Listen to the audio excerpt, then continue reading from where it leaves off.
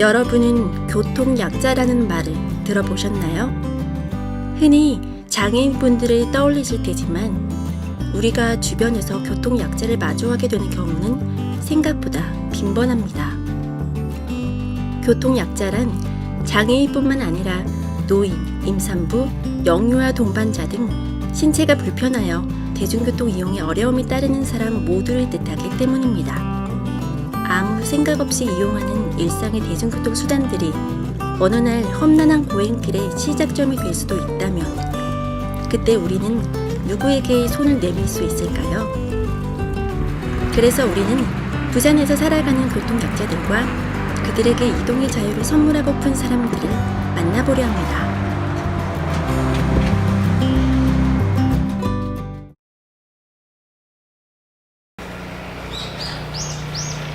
시각장애 4급인 안지영 씨의 시력 손실은 지금도 현재 진행형입니다. 익숙한 길에선 비장애인처럼 보이지만 눈앞에서 분사되는 물을 알아차리지 못하고 그냥 지나가려는 지영 씨. 들어갑니다.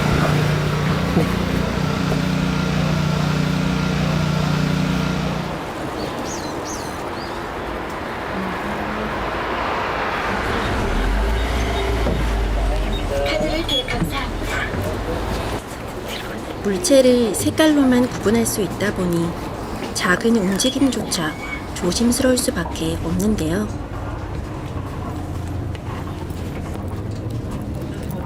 버스가 이렇게 차도에 정차하는 건 시각장애인들에게 아주 위험한 일입니다. 시력이 나빠질수록 청력은 더 예민해져 자꾸 소리나는 쪽을 돌아보게 되고 계단을 오르내리는 것조차 그녀에겐 쉽지 않은 일입니다. 요즘에는 거리를 물어보잖아요. 거리를 물어보는데 이제 그 거리가 예를 들어서 저희 집, 그러니까 LG 메트로에서 경성대 지하철역까지 가는 것도 잘 안 잡혀요. 네. 기사님한테 저는 타면 항상 얘기를 하거든요. 제가 시각장애이기 때문에 내비를 쳐서 좀 가달라고 하는데 그렇게 딱 얘기했을 때 자기는 내비를 못 한다고 이렇게 얘기할 때는 좀 왜 자기 집인데 이렇게 못 찾아가냐고. 그러니까 그렇게 얘기할 때 조금 조금 난감했어요. 용호동 옛날 부산행 사거리까지 가달라고 택시 요청을 했어요. 내비를 쳐서 가달라고 말씀까지 드렸는데 그분이 저를 어디에 내려주셨냐면 성모병원 쪽에 내려주시고 간 거예요. 그래서 저는 거기서 또 걸어 내려왔죠. 버스를 거의 안 타는 편이거든요. 왜냐면 이게 흔들리고 그래서 안 타는 편인데 꼭 타야 되는 경우에, 그러니까 뭐 이런 택시를 안 잡히는데 제가 경대까지 와야지 지하철을 타잖아요. 지하철도 그렇고 버스도 그렇고 만약에 A, B로 하면 B에서 내려야 되면 A역에서 일어나야, 그러니까 빨리 일어나는 이유 중에 하나가 뭐냐면 기사님들이 이제 어느 정도 지나면 문을 닫아버리니까 네. 택시 한 대 부르려고 하는데요. 어디로 보내드릴까요? 부경대학교. 죄송합니다. 배차 중이요. 죄송합니다. 지금 차량이 안 잡히네요. 네. 부경대 무슨 관이라고요? A13번 건물 앞에서요. 네, 어디서 가세요? 네, 용호동 LG 메트로시티까지. 네, 문자 드릴게요.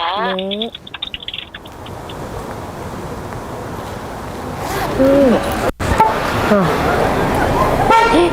가셔버리네. 어떻게 하라고? 나한테 가라고? 간신히 부른 택시를 항상 이렇게 보지 못하고 지나칩니다. 예, 어서 오세요. 안녕하세요.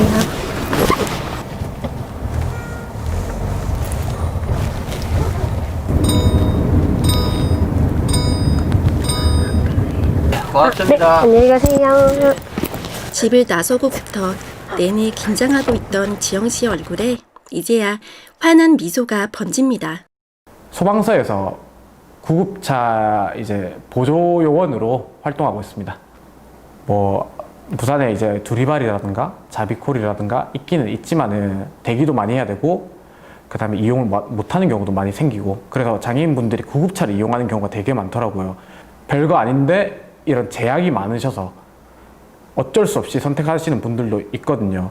그러니까 진짜 위급하신 분들이 1, 2분이라도 늦게 이제 구급차가 도착하는 경우가 생겨가지고 그걸 어떻게 하면 좀 해소할 수 있을까 중에 이제 찾아보니까 이유가 있어가지고 저는 가입을 하게 되었습니다. 지체장애 1급인 김주혜 씨. 혼자서는 이동이 어려워 전동 카트를 타고 차를 피해가는 모습이 아슬아슬해 보입니다. 직장 생활하다가 25대 류마티스 관절염이 와서 이제 관절이 모두 변형이 돼서 이렇게 장애를 겪게 됐는데 지금 주로 지하철을 이제 이 스쿠터 타고 지하철을 이용하고 관절은 수술은 했어도 다리가 많이 안 구부러져요. 그렇기 때문에 버스를 못 타거든요. 저쪽에서 버스가 오는데도 제가 이제 걸으면 다리가 아프니까는 빨리 움직여도 맨 나중에 버스를 타게 되거든요. 연계가 안 되는 데는 이제 장애인 콜을 부르거든요. 목적지까지 편리하게 우리 갈 수 있어서 좋은데 기다리는 문제라든지 전에 한 2시간 반 정도 기다렸거든요. 2명이면 2대를 불러야 된다는 거. 네, 그래서 그게 좀 불합리하다 이런 생각이 들었습니다. 네. 늦은 밤 교통 약자를 위한 카 헤일링 서비스를 준비 중인 사회적 협동조합 이유의 열띤 토론이 한창입니다. 교통약자의 고객은 크게 나눠서 장애인, 65세 이상 노인, 그리고 임산부, 이유카는 운전자가 제공이 되는 렌트카 형태입니다. 그러니까 타다처럼 저희가 콜을 하면은 운전자가 제공되는 차량이 와서 내가 원하는 목적지까지 태워주는 거를 임시로 이유카라고 이제 지칭을 하였고요. 이유카가 있고 이유풀이 있고 이제 이것도 임시명인데 이유랑이라는 게 있어요. 이유풀 같은 경우는 교통 약자의 경우는 그 이제 장애인분들 같은 경우에는 가장 많이 가는 곳이 사실 복지관 부분이 많아요. 예를 들어서 이분들이 가실 때는 함께 가시는 분들이 되게 많아요. 같이 모여서. 그러면은 이제 어느 정도 가다가 또 누구를 태우고 가는 카풀 형태를 이제 이유풀로 보시면 될 것 같아요. 이렇게 가는 게 나은 건지 아무도 몰라요. 이거를 지금 오늘 두리발 가서 확인해 보니까 이런 선택의 기로에서는 사람들이 개입해서 이 차를 이게 보내고 저 차를 저기 보내고 그렇게 하고 있거든요.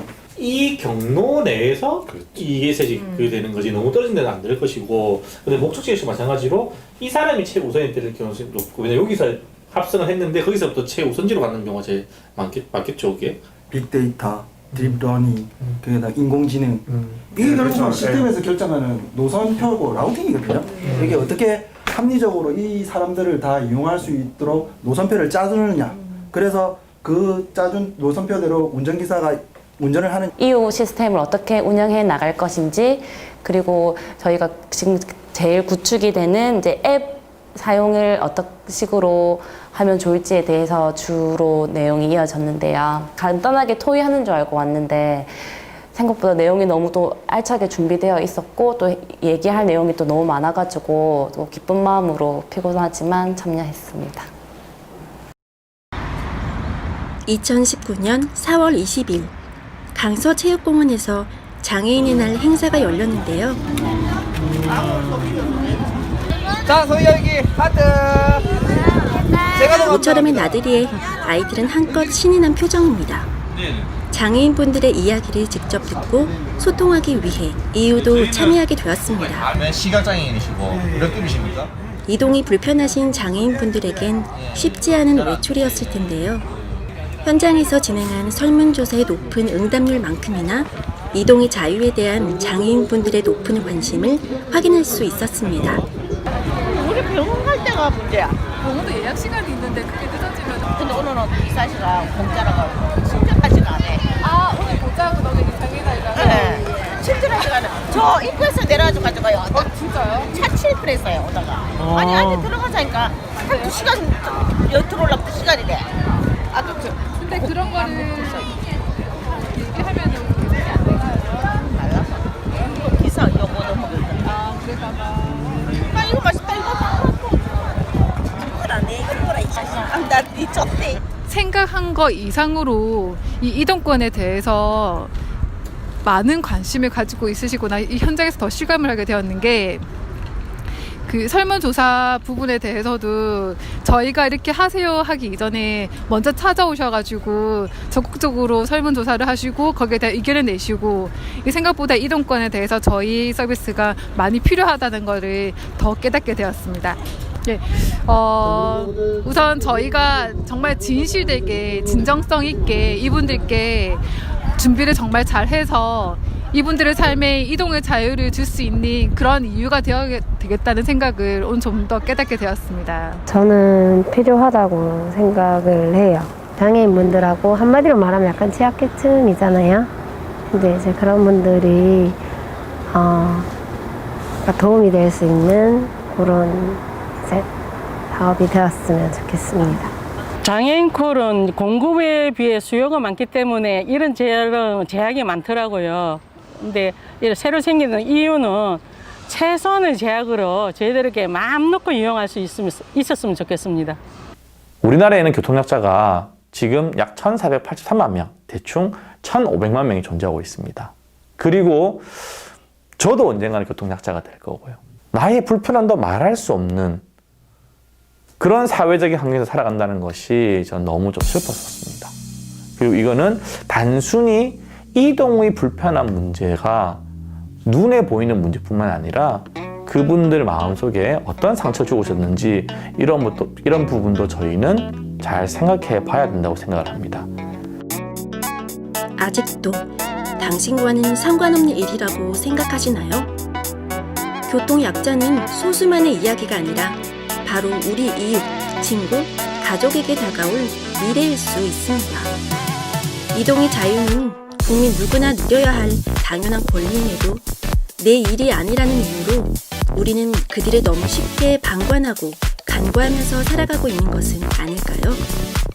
사회적 협동조합 이유는 교통약자들과 함께하는 사회를 만들고 싶다고 말합니다. 교통약자들을 위한 지원이 부족한 현실에서 이러한 사회적 기업의 등장은 그저 반가울 따름인데요. 앞으로 사회적 협동조합 이유의 활약을 기대해봅니다.